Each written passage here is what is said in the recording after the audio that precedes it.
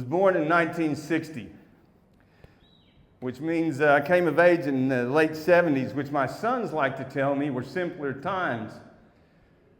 And I guess that's true if you ignore 4 political assassinations, the Vietnam War, Watergate, a fucking moon landing, not to mention the invention of tab, TV dinners, and the hula hoop.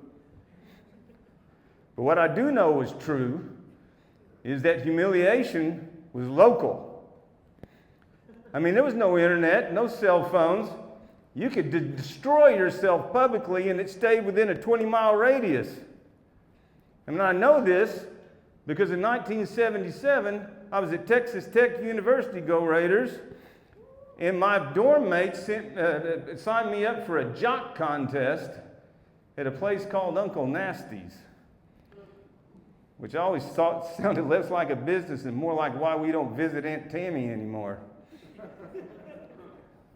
But these guys dressed me up in 3 layers of underwear, like a Russian nesting doll, with the last item being a Tic Tac. And to make matters worse, that last item said home of the Whopper. They were trying to be ironic. I stood on the stage at Uncle Nasty's. By the time I got to the home of the Whopper, that bar went silent like everybody had figured out they ordered a near beer.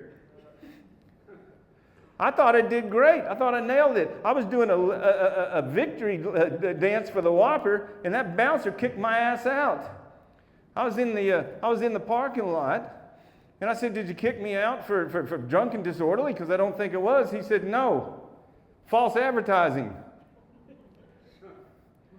Like he was part of the Chamber of Commerce.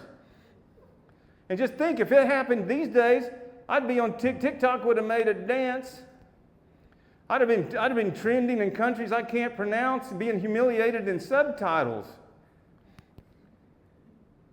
But the real lesson, the hidden lesson in all that, is if you have children that you're paying for college, track your investment. Because I had no business being in college. I didn't have the intelligence and I didn't have the work ethic. My mother took me to a psychologist when I was 9 years old because I was driving people crazy with my nervous tics and my bedwetting. And that guy told me I had high average intelligence. Now, not above average, high average. That's like being told you're the tallest jockey.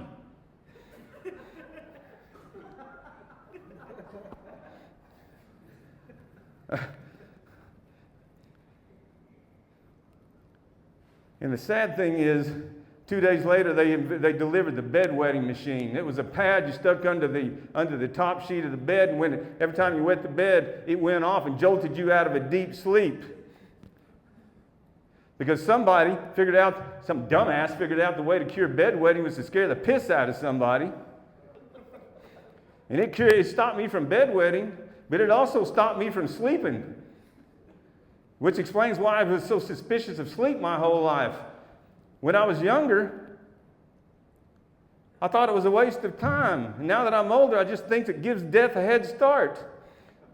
My Apple Watch woke me up the other night, said, "Congratulations, you're almost there." I thought, great. Now Apple thinks dying's a fitness goal. And that's a fitness ring I don't want to close. Because death's going to come for me and he's going to say, I don't want to be known as somebody who didn't finish anything.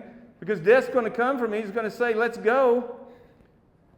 And I'm going to say what any aspiring ghost says. I have unfinished business on earth, and I'm afraid death's going to go. That's what figures.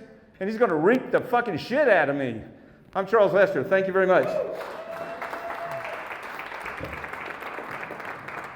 Charles Lester, everybody.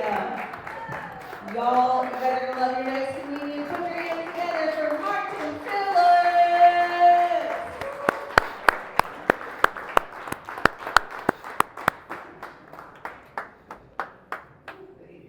What's up? What's going on? Hey, cool. Okay. My parents go to church, and when I visit them,